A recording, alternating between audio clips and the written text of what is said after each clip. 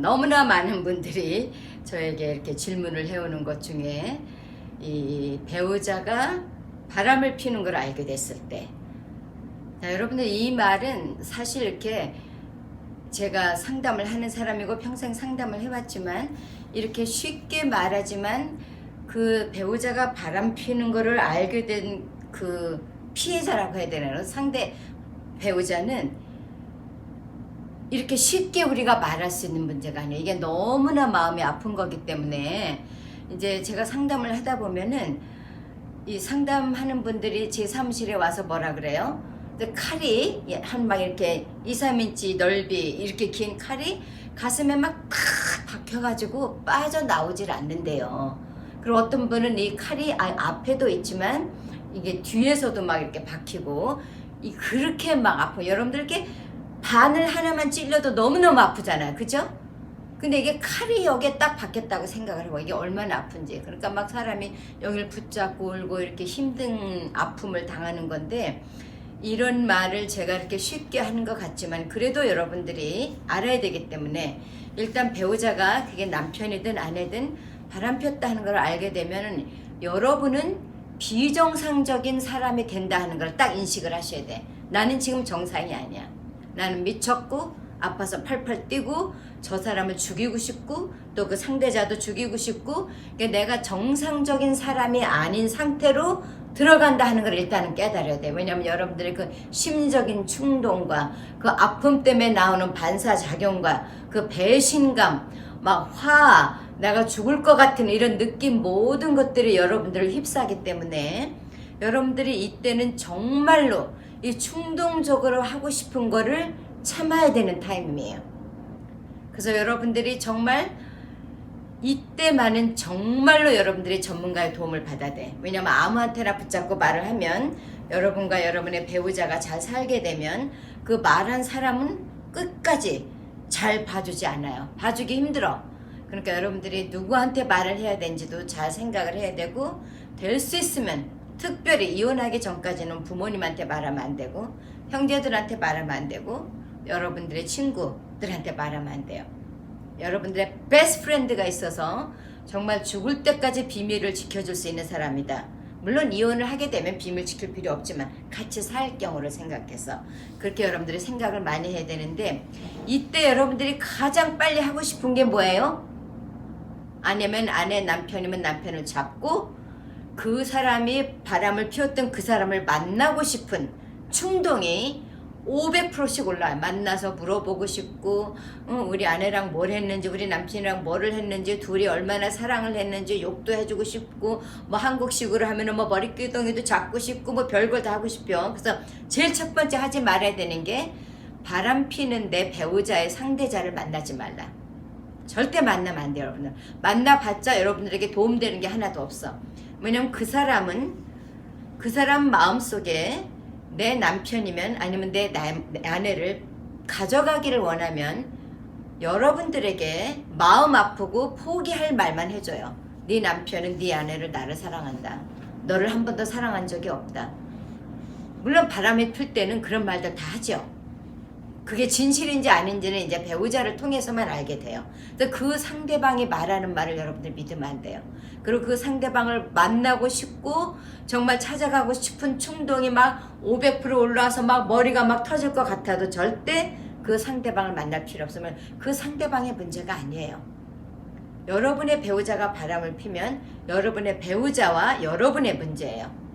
그 상대방이 꼬셨대는 등, 뭐 제가 한국 드라마 보면 뭐 네가 누구 내 남편을 꼬셔, 내 아내를 꼬시, 뭐 이런 거 아니에요. 그렇게 유치한 거 아니에요. 바람 피는 거는 여러분과 여러분의 배우자의 관계 속에서 일어나는 어떤 다이내믹이 제3자를 끌어들일 수 있는 그런 무슨 다이내믹이 됐을 때 일어나는 사건이기 때문에 이 모든 문제는 내 배우자와 해결해야 된다 하는 거를 딱 여러분들이 알고 혀를 깨물고 만나면 안 돼요.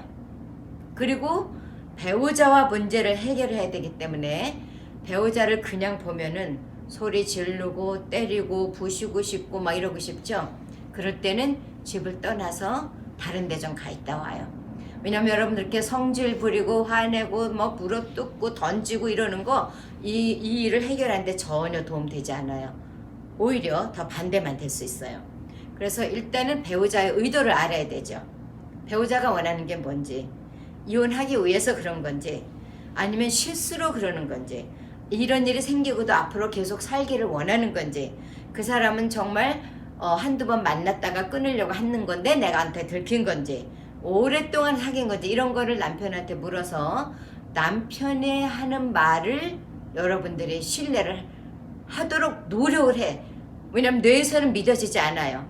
그러나 여러분들이 이 비정상적인 뇌 상태가 했을 때는 남편의 어느 말도 믿어지지 않는 것이 정상이지만, 그러나 그것이 사실이 아닐 수도 있다는 것을 늘 생각을 해야 돼요. 그리고 이때는 그냥 딱 이혼해버리면 아주 내가 뭐 용감하고 뭐 씩씩하고 잘나고 멋있는 것처럼 착각이 되고 굉장히 시원할 것 같은데, 근데 제가 이제 이혼하는 부부들 너무나 많이 봤잖아요. 이혼하고 나면 1년 시원해요. 그 얼마나 오래 시원하냐 하는 거는 여러분과 여러분의 배우자가 살아왔던 그 삶의 패턴에 그 가치가 얼마나 있었느냐에 따라서, 둘이 뭐 맨날 싸우고 찢고 던지고 때리고 뭐 이러고 살았으면 평생 시원할 수 있어요.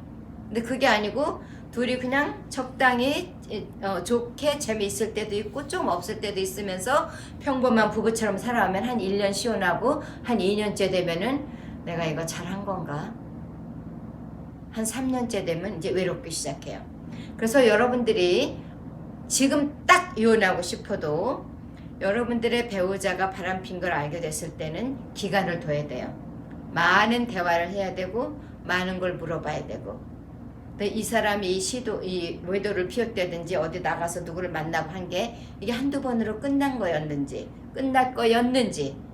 그냥 한두 번 자고 끝날 거였는지, 이 사람이 나랑 같이 살려고 좀 고민을 하는 건지, 아니면 이 남자한테 이 여자한테 가려고 고민을 하는 건지, 이런 모든 것들을 여러분들이 알면서 하나씩 해야 되는 거예요. 그리고 남편이나 아내가 바람피운 배우자가 이 사람의 사랑의 관계가 아니었다 라고 말을 하면 그 말을 못 믿어도 그냥 믿으세요. 이 바람 피웠을 때 하는 가장 큰 실수가, 배우자들이 바람 핀 사람은 아니라고 하는데 안 핀 배우자가 기라고 자꾸 붙여주는 거예요. 난 아니다는데 뭐가 아니야, 사랑했으니까 그랬지, 네가 안 그래? 지금도 그 여자 생각하고 그 남자 생각하고 이렇게 막 계속 본인이 붙여줘서 그 두 사람을 붙여주는 경우들이 너무나 많이 있는 걸 제가 많이 봤어요. 아니라고 하면 그게 기든 아니든 여러분들은 일단 오케이, 아니라고 하면 내가 아니라고 믿어줄게로 시작을 해야 돼요. 그래야 문제가 정상적으로 또 이렇게 리즈너블하게 해결될 수가 있어요.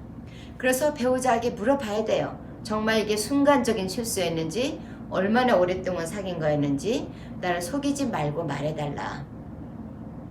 그럼 배우자는 물론 이제 이 비디오가 나가고 그 다음에 바람피다 들켰을 때가 이제 다음 비디오로도 제가 올리겠죠. 어떻게 해야 되는지. 그래서 배우자는 솔직하게 말을 해야 돼요. 솔직하게 말하면 한국식으로 무조건 아니라고 하면 된다. 요즘은 그런 거 통하지 않아요. 무조건 아니라고 해도 사람의 인스팅, 그 느낌이 있고 그 직감이라는 게 있어서 무조건 아니라고 하면 할수록 더 힘들어질 수 있어요. 그러니까 여러분들도 잘 생각하고, 그런데 물어볼 때 5번째, 자세히 모든 걸 알려고 하지 말아요. 여러분들이 이 바람 피는 거를 알게 됐을 때는 하나만 물어봐야지. 그 하나 물어보면 10개를 또 물어보고 싶고, 10개를 물어보고 나면 또 거기에 연결된 20개가 또 질문이 끊임없이 여러분을 괴롭히게 돼 있어요. 이건 누구에게나 오는 증상이에요. 그래서 자세하게 어디서 만났냐, 몇 번을 만났냐, 좋았냐, 싫었냐, 이런 거, 뭐 손은 잡았어? 뽀뽀는, 키스는 했어? 뭐 이런 말들 하면서 물어보고 또 물어보고, 뭐 이 식당에 왔어? 저 식당에 갔어? 이런 거 물어보지 마세요. 왜냐면 여러분들이 그걸 다 알면은 앞으로 아무리 실수로 바람핀 배우자라도 그 사람과 다정하게 살 수 없게 돼요. 그러니까 많이 물어보지 말고 중요한 것만 물어보면 돼요. 어떻게 된 건지, 이 사람한테 가고 싶은 건지, 그 남자한테 그 여자한테 가고 싶은 건지, 나랑 같이 살고 싶은 건지. 왜냐면 이런 것들을 다 물어본 다음에 그 다음에 이제 여러분들은 나는 뭐를 원하는가, 이 사람하고 내가 살 수 있을까, 그것도 여러분들이 그동안 살아왔던 히스토리로 결정을 하는 거죠. 이 사람이 성실하게 살아왔는지, 나한테 잘 해줬는지, 다정하게 했는지, 충실하게 해줬는지, 이게 처음으로 이렇게 있는 일인지. 이게 세 번째면 여러분들 더 물어볼 거 없죠. 그죠? 이게 이제 처음인지 두 번째인지 다섯 번째인지 이런 것도 여러분들 생각을 해야 되고, 내가 이 사람을 품고 사랑하면서 살 수 있을까? 지금 당장은 못 살 것 같죠. 그래서 여러분들이 시간을 좀 둬야 되는 거예요. 그래서 상담도 받아야 되고. 그래서 여러분들이 남편이나 아내가 바람픈 사람, 제가 이제 자꾸 남편이라고 말이 나오는 이유는 제가 상담을 하면서 보니까 아내가 바람 피워서 오는 케이스도 있었고, 그래도 남편이 바람 피워서 온 케이스가 좀 더 많아서 자꾸 남편이라고 말이 나오는데, 요즘은 꼭 이 피해자가 남편만은 아니에요. 옛날처럼 아내도 있고 남편도 있고 한데, 하여튼 바람 핀 사람이 충분히 생각할 수 있는 기회도 주고 여러분도 충분히 생각을 할 수 있어야 돼요. 그렇다고 해서 그 집에 항상 같이 있어야 되는 건 아니에요.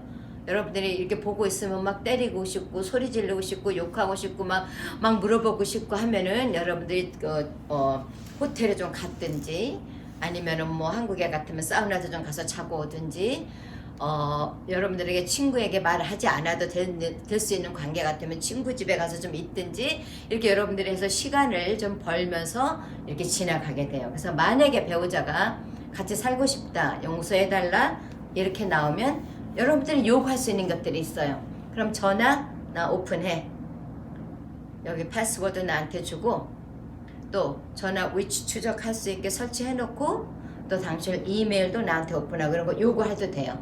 요구할 수 있어야 되고, 요구했을 때 배우자가 anytime 봐라, 뭐든지 봐라 하고 말했을 때 그건 긍정적인 사인이에요. 근데 그렇게 바람을 피우고 나서도 이메일도 오픈 안 하겠다, 전화도 오픈 안 하겠다, 위치 추적도 못 하겠다, 너 의부증 걸렸냐, 의처증 걸렸냐 소리 지르고 난리치면 그건 좋은 사인이 아니에요. 그래서 이런 모든 것들이 여러분들이 하나씩 생각하면서 다른 사람에게 말하지 않고 전문가의 상담을 받으면서 하나씩 여러분의 아픈 마음도 치료받고, 또 이제 배우자가 같이 살기를 원하면 또 부부 상담도 또 받아야 되겠죠. 여러분 주위에 있는 좋은 상담자를 찾아서 부부 상담을 받으면서 치유하는 방법, 치유를 주는 방법을 둘이 받으면서 이 바람 피웠던 문제를 잘 해결해 나갈 수 있어요. 이 바람 피우는 사건으로 부부가 더 좋아지는 분들도 상당히 많이 있었어요. 제 경험으로는. 그래서 여러분들에게 차가운 관계가 더 뜨겁게 되는 분들도 있었고, 그렇지만 이렇게 습관적으로 이번에 7번째다 8번째 하는 분들에게 뭐 참고 인내하고 상담받으라 말면 저는 하고 싶지 않아요. 그만큼 했으면 여러분들 이제는 결정할 타임이 됐을 수도 있어요.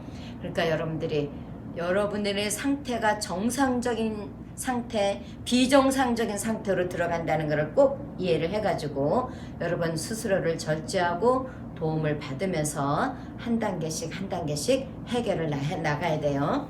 그래서 다음에는 그럼 내가 바람피다 들켰을 땐 어떻게 해야 되나를 여러분들에게 올려드리도록 할게요.